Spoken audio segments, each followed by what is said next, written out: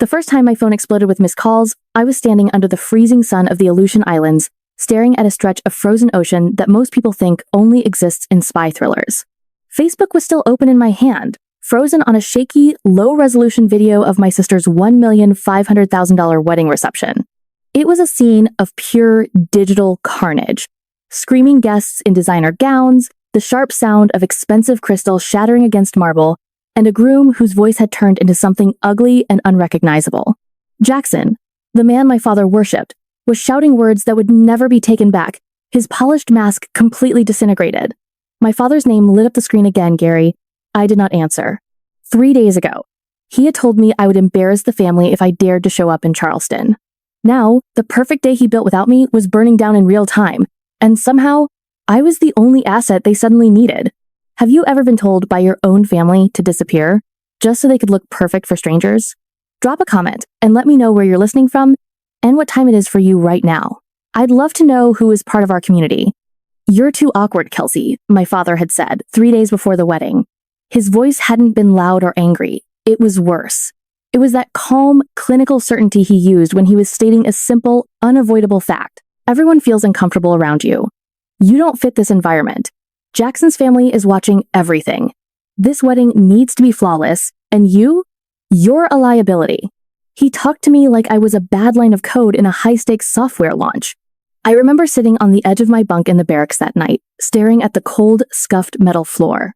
Outside, the Arctic wind was pushing fine ice against the building in soft, steady taps, like a clock counting down a debt I didn't yet understand. I didn't cry. I didn't ask why. Silence had become my defensive subroutine over the years. If I tried to explain my work as a data analyst or my life in the unit, he'd just sigh. If I pushed back, I was being dramatic. Okay, I had said finally. I heard him exhale on the other end of the line, a sound of pure, unadulterated relief. Good, that's for the best. Stay at the station, don't do anything stupid. So I did exactly what he asked. I became a ghost. I leaned into the isolation of the Signal's intelligence station in Alaska. While my family was obsessing over flowers and custom catering, I was managing satellite encryption for a government that actually valued my precision. I lived by discipline and accountability. In the military, your worth is measured in competence, not how well you can charm a room of socialites. I had spent the last 48 hours ignoring the family group chat. My stepmother, Stephanie, had been flooding it with hundreds of photos of my sister, Victoria, in various white gowns. The happiest day of our lives, she'd captioned one. I disabled notifications at 12:03 in the morning, the night I was officially banned. Now, standing on the edge of the perimeter fence, the wind was biting, but I felt a strange, cold calm settle over me. I watched the video again, the one Gary was now calling me about. The chandeliers in the ballroom were shaking. Jackson was towering over my father, his face flushed and venomous. The mask had slipped, and the problem wasn't me. It never was. I was the silent variable they had removed to make the equation perfect, yet the whole system had still crashed. My father's name flashed on the screen once more. I slipped the phone into my pocket. He wanted me to be a ghost? Fine. Ghosts don't answer phones. The silence of the Arctic is different from the silence Gary used to drown me out back in Charleston. One is natural, a byproduct of being at the edge of the world. The other is engineered, a tool used to make me feel like a glitch in my own family's operating system. I remember his voice through the phone, vibrating with that terrifying politeness he reserved for when he was about to do something cruel. You're just too unrefined for a classy event like this, Kelsey, he'd said. You're unrefined. Everyone feels uncomfortable around you. Don't come and ruin Victoria's day. I sat there, 27 years old, a woman who decoded encrypted satellite feeds for a living, being told I wasn't presentable enough for a cocktail party. He didn't have to yell. He just stated it as if he were reading a weather report. Jackson's family represents old money, Kelsey. They value grace. You represent the military. It's too loud, too much. I didn't argue. I didn't point out that my $220,000 salary had been the only reason he still had an office to sit in. I'd been the silent investor in their version of family for years, and now I realized it had been a subscription where I was footing the bill, but wasn't allowed to see the content. Fine, I said. It was the easiest word I'd ever spoken. I'll stay in Alaska. He'd hung up with a sigh of relief, likely already moving on to the next item on his checklist. That 7-figure circus he called a wedding. I stood up from my bunk, my movements precise and military grade. I walked over to my metal desk, grabbed my phone, and performed my first act of surgical retaliation. I didn't block them, that was too emotional, too reactive. I just muted the family group chat. I watched the messages scroll by for a final second. Stephanie was posting pictures of the floral arrangements. Victoria was gushing about the silk linens. $1,500,000 spent on a single day of theater while I was thousands of miles away in the frost. I swiped the app away and walked back to the command center. The intelligence station was humming, a living, breathing machine of logic and data. Out here, in the ice and the isolation, the rules were simple. You performed your duty, or you were replaced. I sat down at my station, the triple monitors glowing with a different kind of sunrise, the kind made of facts, numbers, and quiet retribution. I wasn't the awkward sister here. I was the lead analyst who kept the satellite feeds clean. I locked my workstation and focused on the newest encryption keys. If my family wanted me to be a ghost, I would show them just how much a ghost can see, when it's not distracted by the noise of the living. I spent the next 24 hours in a state of clinical detachment, watching signals from across the globe while the signal from my own bloodline went dark. My focus was total. My work was perfect. The world could be falling apart elsewhere, but in my intelligence station, everything was under control. I sat in the command center, the triple monitor setup bathing my face in an artificial, cold blue light that felt more honest than the Charleston sun. It matched the feeling I'd carried in my marrow for as long as I could remember. Most people look at family as a sanctuary, a place of unconditional warmth. For me, it was an invisible prison, a cage with no bars. For 3 years, I'd been the primary, silent financier of my father's lifestyle. My specialist salary of $220,000 didn't go toward a luxury lifestyle or designer gowns. I lived in basic housing, ate in the mess hall, and channeled most of my income back to Gary. I'd been the one paying off the interest on his failing consultancy firm, keeping the wolf from the door, while he entertained important people at country clubs. I was a silent partner in a bankrupt venture called the Henderson Image, and Gary was the CEO who didn't even realize he'd been liquidated. I kept wondering, what did I ever do wrong? Why was my sister Victoria's mediocrity celebrated as grace while my competence was hidden away as unrefined? The answer lies in the invisible chain of the survivor. When you grow up in an environment where your only value is your utility, you develop a specific type of survival instinct. You learn to stay small. You learn to stay quiet. You become the person who fixes everything without being asked, hoping that the next repair will finally buy the love you were supposed to receive for free. My silence wasn't a choice. It was a psychological bunker. I wasn't being weak when I let Gary talk to me like a liability. I was in a state of learned helplessness, conditioned by years of being told that my existence was an inconvenience that needed to be managed. Every time I sent a wire transfer, Gary would call to critique my voice or tell me my military career was embarrassing to talk about at his dinners. He viewed my success as a fluke and my financial support as a birthright. My compassion had been a luxury my family had overdrafted for years, and I'd finally hit the credit limit. Now, I realized that my relationship with them had been nothing more than a subscription service where I was footing the bill, but wasn't allowed to see the content. I was the backup plan, the emergency glass they only broke when the fire was already out of control, but Alaska had changed the geometry of my soul. Out here, there were no mirrors for Gary to gaze into, only data points and the absolute punishing truth of the ice. This wasn't a family dynamic anymore. This was accounting, and I was done balancing their books. The video on my screen was no longer a shaky mess. It was a high-definition window into the total collapse of my father's carefully constructed alternate reality. Jackson, the man my father had described as a pillar of the financial community, was currently standing on a linen-draped table, screaming about a failed bridge loan while guests scrambled for the exits. It turned out the multi-million-dollar disaster was funded by the same thing Jackson's entire personality was built on: high-interest debt and elaborate lies. The phone in my hand vibrated. Gary. This time, I answered. There was no hello, no I'm sorry for banning you, just the raw, jagged sound of a man drowning in his own hubris. Kelsey, thank God you picked up, he rasped, his voice sounding like it had been dragged through gravel. He's having a moment. His family is being difficult. I need you to get into the system. You have those clearance levels at the station. I need you to scrub the mention of that investigation. You can do that, right? For the family? I looked out the window at the endless, indifferent tundra. The audacity was breathtaking. He didn't want to save Victoria's heart. He wanted to save his own face. He was still trying to manage the narrative, while the building was already ashes. "I don't scrub data, Gary," I said, my voice flat and clinical. "I analyze intelligence. And right now, the intelligence says your con artist son-in-law is about to be the lead story on the morning news." He let out a strangled sound. "You don't understand. If his reputation goes, mine goes. I've told everyone about our connection. I've already leveraged the business on this." This was the illusion of power from an empty wallet in its purest form. My father had spent decades confusing having with being. To him, prestige was something you could rent by associating with the right names and throwing the right parties. He had built his entire identity on the external perception of wealth, a fragile shell that offered no protection once the money disappeared. His position in Charleston wasn't a reflection of his character, it was a costume he'd bought with someone else's credit. Now that the bills were due, he realized he had no internal value to fall back on. He wasn't a father in that moment. He was a bankrupt landlord trying to prevent an eviction from a status he never truly owned. "This wedding was a statement, Kelsey," he shouted. "It was, I agreed. But it wasn't the statement you intended. You wanted to show the world how perfect you were. Instead, you showed them exactly how much you were willing to ignore, just to keep the lights on. You have to help us," he pleaded, his voice dipping into that manipulative sweetness he used when the orders didn't work.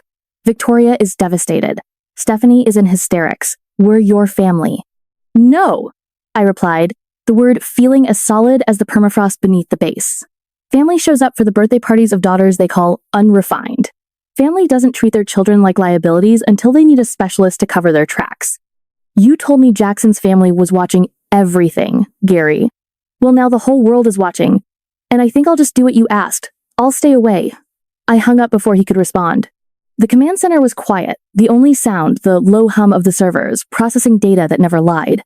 I went back to my workstation. I had a job to do, and for the first time in my life, I wasn't doing it for them. After hanging up on Gary, the silence of the intelligence station felt like a tactical shield. I didn't reach for my coffee, and I didn't rub my eyes in frustration. I didn't have the luxury of a breakdown. I had the necessity of an audit. Gary thought I could simply scrub a digital footprint as if it were a stain on a tablecloth, but he had no idea how the systems I manage actually function. In his world, things were fixed with a handshake or a bribe. In my world, every packet of data leaves a trail of breadcrumbs that lead directly back to the source. I stayed at my station, my fingers moving across the keys with a lethal, practiced precision. Gary's panicked request hadn't just been offensive. It had provided me with the probable cause I needed to look into Jackson's financial architecture. If the man was part of a federal investigation, he was already on my unit's peripheral radar. I just hadn't bothered to look before. I began a cross-reference scan of Jackson's primary shell companies against the monitoring lists my unit uses for transnational threats.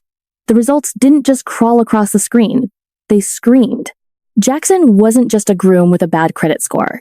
He was a primary conduit for a money laundering network operating out of the Caribbean. He'd been using the Charleston elite and my father's Henderson image to clean millions of dollars of offshore capital. Every gala, every country club lunch, and every $1,500,000 wedding expense was a piece of high-end camouflage. Then I saw the first personal rupture. I pulled up a high-resolution photo Stephanie had posted on social media, a close-up of Victoria's left hand as she signed the marriage certificate. She was wearing our mother's $200,000 sapphire ring, a family heirloom that was supposed to be the one piece of light in a very dark family history.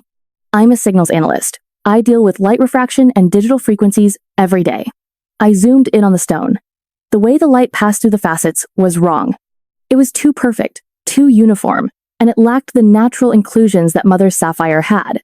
Jackson hadn't just married into the family. He had pawned the legacy. He'd replaced the $200,000 stone with a piece of cut glass, and likely sold the original to pay off a gambling debt in Colombia. But the kill shot wasn't the ring. It was the funding. I had spent $96,000 over 4 years to keep Gary's business from sinking, yet he had somehow found $1,500,000 for this circus in Charleston. I traced the wire transfer for the venue deposit back through Gary's business account to its ultimate point of origin. My pulse didn't speed up, but the air in my lungs felt like liquid nitrogen. The money hadn't come from a loan or an investor. It was a $1 million payout from a trust fund my mother had established for my future. She had set it up to be released to me later, but Gary had bypassed the bank's safeguards. By presenting a fraudulent power of attorney and mimicking her handwriting on documents dated just 3 months ago, He had been systematically draining my inheritance. He used my dead mother's name to steal my future, to pay for a wedding I wasn't even invited to attend. He had forged her handwriting with the same shaky, entitled hand he used to sign the "don't come" text to me. He wasn't just a bad father or an image-obsessed snob. He was a criminal who had committed a felony against his own daughter. I sat back, the blue light of the monitors reflecting in my eyes. This wasn't a family drama anymore, and it wasn't a minor hiccup in a wedding schedule. It was a crime scene, and I was the lead investigator. I packaged the data, the laundered wires, the fake ring refraction report, and the forged insurance claim into a single, encrypted file. I didn't send it to Gary. I sent it to my contact at the Federal Division in South Carolina. I rubbed my eyes, not out of sadness, but because I was finished. This wasn't a breakdown. It was a balance sheet. My father wanted me to disappear so I wouldn't ruin his perfect day. Well, I was about to give him exactly what he wanted. I was going to be the silent variable that finally brought the whole equation to zero. The second time my phone vibrated that evening, the frequency felt different. It wasn't the rhythmic, annoying buzz of a family group chat or the desperate ping of a sister seeking a bailout. It was the heavy, jagged vibration of a structure finally hitting its breaking point. I didn't rush to pick it up. I sat on the edge of my bunk, listening to the Arctic wind rattle the metal siding of the station, a sound that reminded me of things being torn apart by slow, invisible forces. Gary's name appeared on the screen for the 49th time since the $1,500,000 circus in Charleston had turned into a crime scene. This time, I swiped to answer. I didn't say hello. I didn't offer a sympathetic breath. I simply listened to the chaos on the other end of the line. The background noise was a symphony of failure. The high-pitched wail of sirens, the heavy thud of boots on old hardwood, and the sharp, barked commands of federal agents who were currently dismantling my father's life in the name of the law. Kelsey, Gary's voice was no longer the calm, clinical instrument of my exclusion. It was a raw, panicked shriek that made him sound small, like a man whose costume had been ripped away to reveal nothing but fear. Kelsey, you have to listen to me. They're here. They're taking everything. They're asking about the trust fund transfers. They're saying the power of attorney was forged. You have to call them. Tell them you authorized the withdrawals. Tell them it was a gift for Victoria's wedding. I leaned back against the cold metal railing of my bunk, my expression as flat as the ice fields outside. I can't do that, Gary, I said, my voice steady and devoid of the awkwardness he'd spent 27 years criticizing. I don't tell lies for people who view me as a liability. It's not in my job description. This isn't about a job, he roared, though I could hear the sob catching in his throat. This is about your family. Your sister is on the floor, Kelsey. She's losing her mind.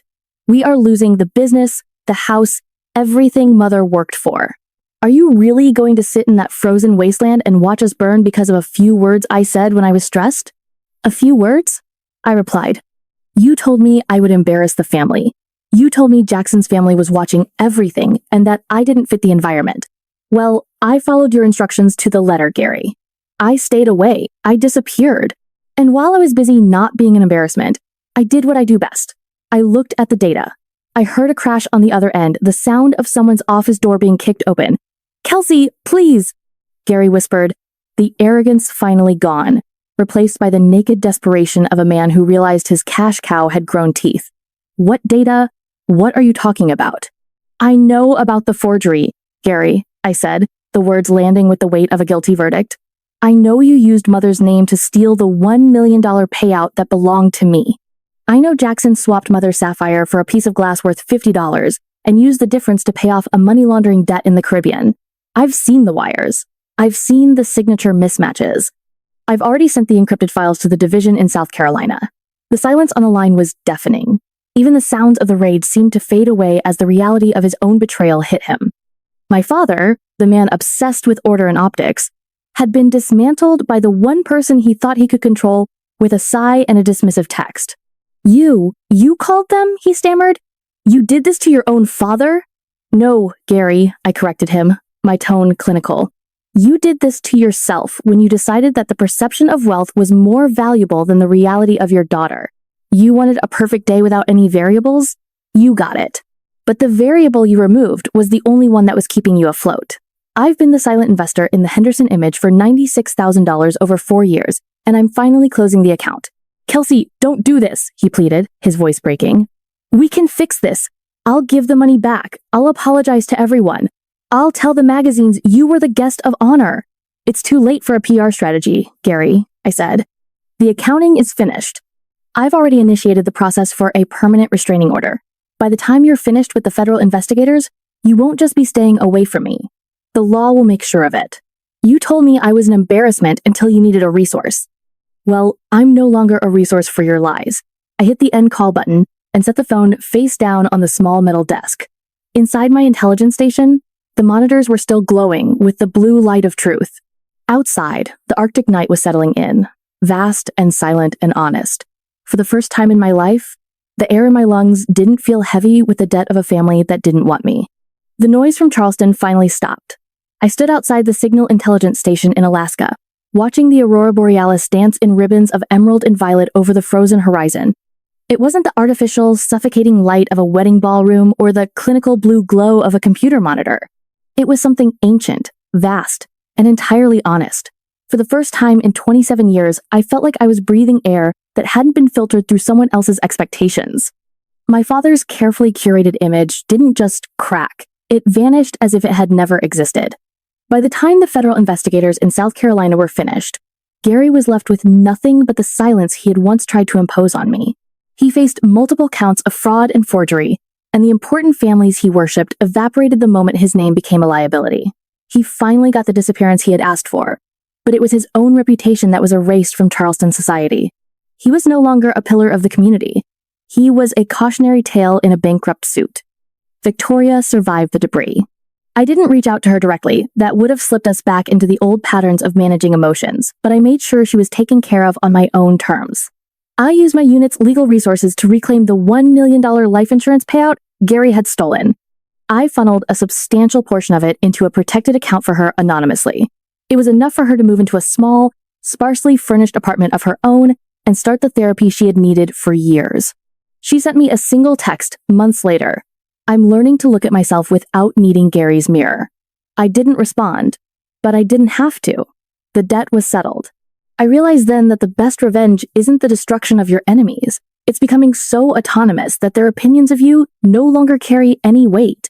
I had spent my life as a daughter they called awkward, the military liability. I thought I was living in a family, but I was actually an uncredited investor in their performance of perfection. To anyone listening who has ever been made to feel like an uninvited guest in their own bloodline, this is for you. Being excluded isn't a sign that you are unworthy. It's often a sign that you are the only one capable of seeing the truth. Silence isn't the same as peace, and sometimes the moment you are told to stay away is the moment you are finally given your life back. You don't owe your loyalty to people who treat your heart like a transaction and your competence like an embarrassment. You are not a burden to be managed or a liability to be hidden. You are a sovereign individual, and your value is measured by the boundaries you have the courage to draw. I turned off my phone and walked back into the warmth of the intelligence station. I had a new encryption shift starting, and for once, the only signal I was interested in was the one telling me I was exactly where I belonged. If my story helped you realize that being removed from a toxic environment is actually a special privilege, please hit subscribe. We share real experiences here, the kind that don't always get told out loud, but change lives all the same. Let's keep this journey going together.